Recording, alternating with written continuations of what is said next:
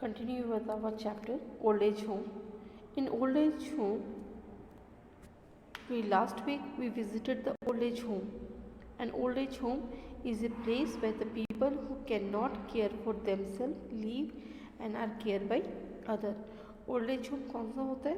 ये वो जगह है जहाँ पे कि जो पीपल्स हैं जो कि अपने आप का केयर नहीं कर सकते हैं और उनको देखभाल के लिए किसी दूसरे की मदद लेनी पड़ती है. That place called the old age home. At this home, we organize a small entertainment program to cheer up the old people. यहाँ पे बच्चों लोगों ने क्या किया था? एक छोटा सा प्रोग्राम ऑर्गेनाइज किया था जहाँ पे वो उनको ओल्ड पीपल्स को इनकरेज कर सके. They were very happy with our visit. वो बहुत खुश थे उनकी विजिट से. Do you know that 1st October is celebrated as the old age day every year. तो कौन सा डे को हम मनाते हैं old age day? This is the 1st of October. In this portion old age home के बारे में हमने क्या देखा कि जब वो ओल्ड एज होम में विज़िट करने गए, कहाँ पे गए थे? ओल्ड एज होम, जहाँ पे जो बूढ़े इंसान हैं वो रहते हैं.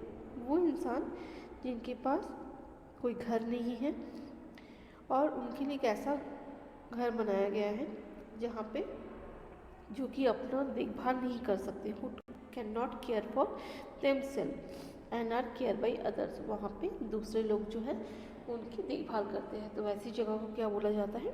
Old age home. तो बच्चे यहीं पे विज़िट करने गए थे और उन्होंने उनके साथ खूब इंजॉय किया. और बेसिकली 1st October जो है वो old age home, old age day के रूप में हर साल जो है वो सेलिब्रेट किया जाता है. यहाँ पे आपको पिक्चर्स भी दिखा होगा. Just little bit enlarge it. यहाँ आपको दिख रहा होगा कि they are the old people जो अलग अलग तरीके से रह रहे हैं. बच्चे उनके साथ कितना इंजॉय कर रहे हैं with the musical things.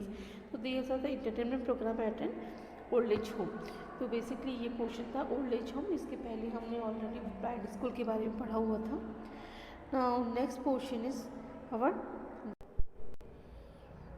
next topic is deaf and dumb school. After visiting that of old age home, the children moved to deaf and dumb school. We visited deaf and dumb school as well. Students at the school used a special sign language. It is a special sign language as a means of communication. They use different movements of their hand and finger to communicate. Basically def and डम जो है वो बोल और सुन नहीं सकते. जब बच्चे वहाँ गए तो उन्होंने देखा कि उनके पास मीन ऑफ कम्युनिकेशन तो कुछ भी नहीं था. बात करने के लिए वो स्पेशली अपनी हाथ का यूज़ करते थे. अपने हैंड्स के कुछ मूवमेंट्स थे, उन मूवमेंट्स को यूज़ करते थे बात करने के लिए. और उस मूवमेंट्स को क्या बोलते हैं? Sign language. SIGN, sign, LANGUAGE, sign language. ये यूज़ करते थे मीन ऑफ कम्युनिकेशन के लिए. और इसके अलावा भी उनके पास बहुत सारे डिफरेंट मूवमेंट्स थे हैंड्स के और फिंगर्स के जो वो यूज़ करते थे कम्युनिकेशन के लिए. इस पिक्चर में आपको दिख रहा होगा this is the formations of A. This is the formations of B. This is the formation of C. This is the formation of D.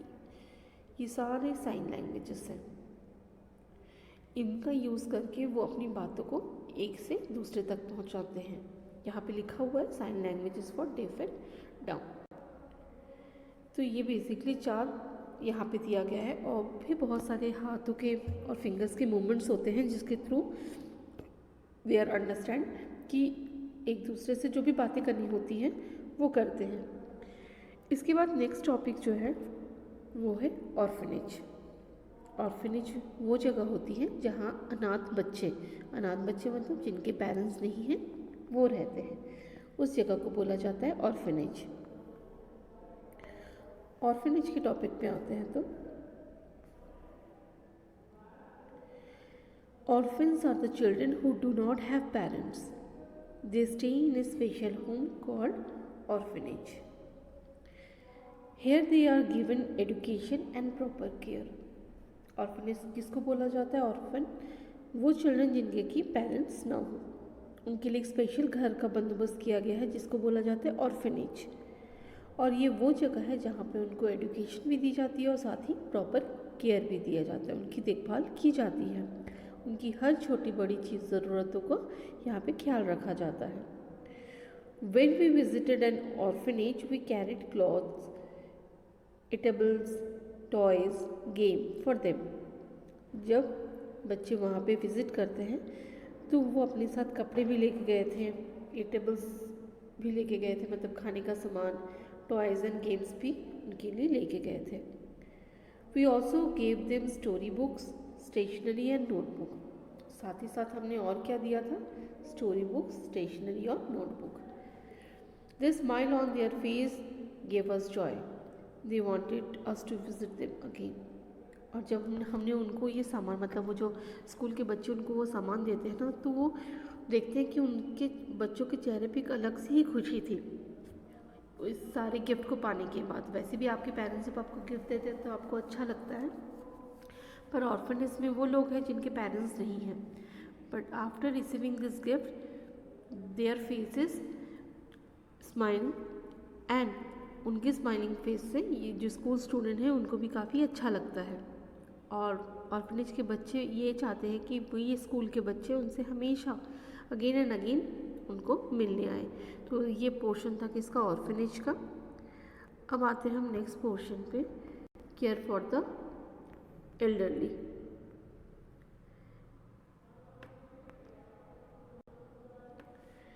We must care for the elderly. Elderly मतलब बड़ों का। We should give them the medicine on time. हमको उनको समय पे दवाई देनी चाहिए। We should go for a walk with them whenever possible. हमको उनके साथ वॉक पे जाना चाहिए जब भी पॉसिबल हो। We should wish them on all special occasion and give them gift, flower and card. साथ ही साथ हमको उनको हर एक ओकेजन पे विश करना चाहिए और साथ ही उनको गिफ्ट, फ्लावर और कार्ड देना चाहिए। We must celebrate their birthday and marriage anniversary. और साथ ही साथ हमको बर्थडे और मैरिज एनिवर्सरी भी उनकी मनानी चाहिए। We should go them with for family picnic. We should talk to them as often as possible so that they do not feel lonely and bored. हमें अपनी फैमिली पिकनिक में उनको लेके जाना चाहिए, साथ ही साथ उनसे बात करनी चाहिए जब भी पॉसिबल हो। और यही नहीं, अगर हम इस तरीके से बात करते रहेंगे तो वो कभी भी अपने आप को अकेला नहीं पाएंगे और ना ही बोर होंगे। We should also help them in doing their work. और हमको साथ में ही उनका जो खुद का वर्क है उसको करने में मदद करनी चाहिए। तो ये है care for the elderly. Making friends. Making friends, this is another topic. Let us make all special children our friends. They need our support and care. Let us encourage them to study hard.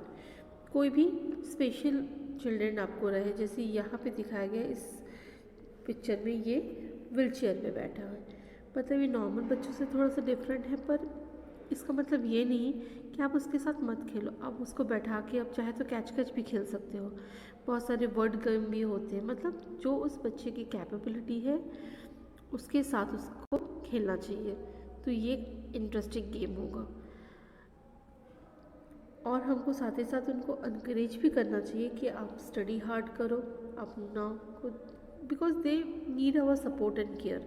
तो हमें इस तरीके से बच्चों के, और चाहे बड़े हों, सबका हेल्प करना चाहिए, मेक देम कंफर्टेबल, और उनके साथ टाइम स्पेंड करना चाहिए जब भी हमारे लिए पॉसिबल हो। Let us play and share our thing with them. बहुत सारे ऐसी चीज़ें भी होती है जो हम उनके साथ शेयर भी कर सकते हैं। तो जब भी समय मिले आप चीज़ें अपना शेयर करो, उनके साथ खेलो। Let us be kind to the old and the physical challenge person. साथ ही साथ यहाँ एक पिक्चर दिया गया है, यू कैन अंडरस्टैंड कि यहाँ पे एक ओल्ड पर्सन है, ठीक है, यहाँ पे एक ओल्ड पर्सन दिया हुआ है। We should helping them and if they are physical challenge तो definitely we help them out. तो ये हेल्पिंग का नेचर कहीं भी हो सकता है। And let us help them when ever they need, हमें उनकी जब उनको ज़रूरत है उनकी हेल्प हमें हमेशा करना चाहिए। In this manner we can surely make the world a better place to live in, और इस तरीके से जब हम लीव करते हैं तो डेफिनेटली वर्ल्ड को एक बेस्ट प्लेस देते हैं जहाँ पे कि वो रह सकें। तो बच्चों, this is the end of our this chapter. In this chapter we study most of the things, और वो मोस्ट ऑफ द थिंग्स में क्या क्या है हमने यहाँ पे पढ़ा कि ब्लाइंड पीपल्स कैसे हैं, हमने ये पढ़ा कि ओल्ड एज होम कैसा होता है, हमने ये पढ़ा है कि डेफ एंड डम्ब के साइन लैंग्वेजेस क्या है, हमने ये पढ़ा ऑर्फनेज होम कैसा है, हमने केयर फॉर द एल्डरली के बारे में पढ़ा, मेकिंग फ्रेंड्स के बारे में पढ़ा। तो this is all about your chapter 24।